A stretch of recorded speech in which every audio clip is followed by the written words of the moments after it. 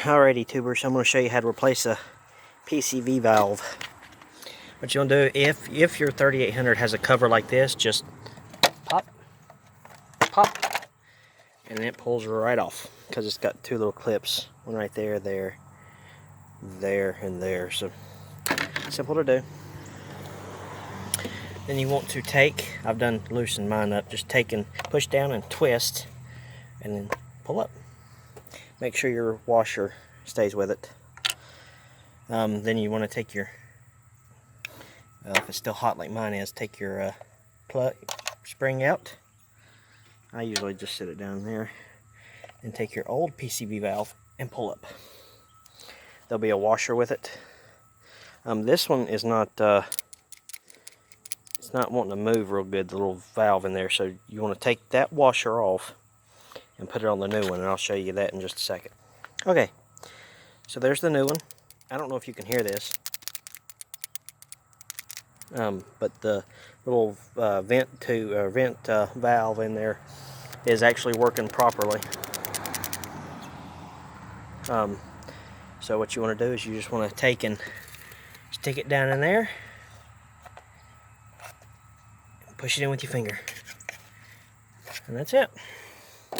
Take your spring, put it right on top. Take your cap, make sure you have it the right way. There's a little notch here and a little notch there. Put on that notch and that notch. Put it in at an angle. Press and twist. And there's your new PCV valve.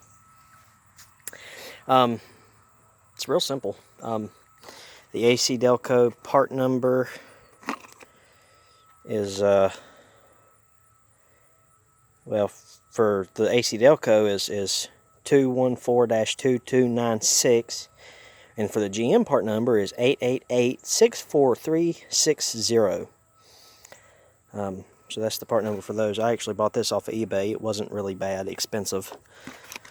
But I noticed that I'm having oil squirt out around my valve covers and my intake, and well, not really my intake, but right in here.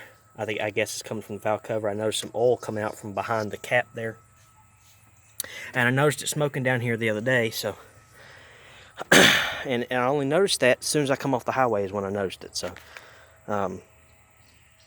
I thought, well, I'll just go ahead and change this and see what happens. So now I get to see if it'll blow oil everywhere. And what you want to do is you just want to run it for a minute, a couple minutes, take it down the road, whatever, and see if it leaks anymore. Wipe the old oil up, and that's what I've done, is wiped it up right through here.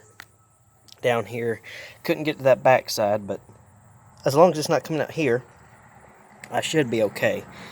So what you want to do now is just take your cover, put your wire down in there. If it's like this one, little notch right there goes on that notch right there. So you just want to take it and put it there, and make sure you get your things out of the way. Those little clamps I showed you goes right on these fuel rails. So you just go pop and pop. That one's in place. Of course, that always gets stuck down in there. Alrighty, if you've got any questions or comments, leave them in the section below. I'll try to answer them accordingly. Yeah,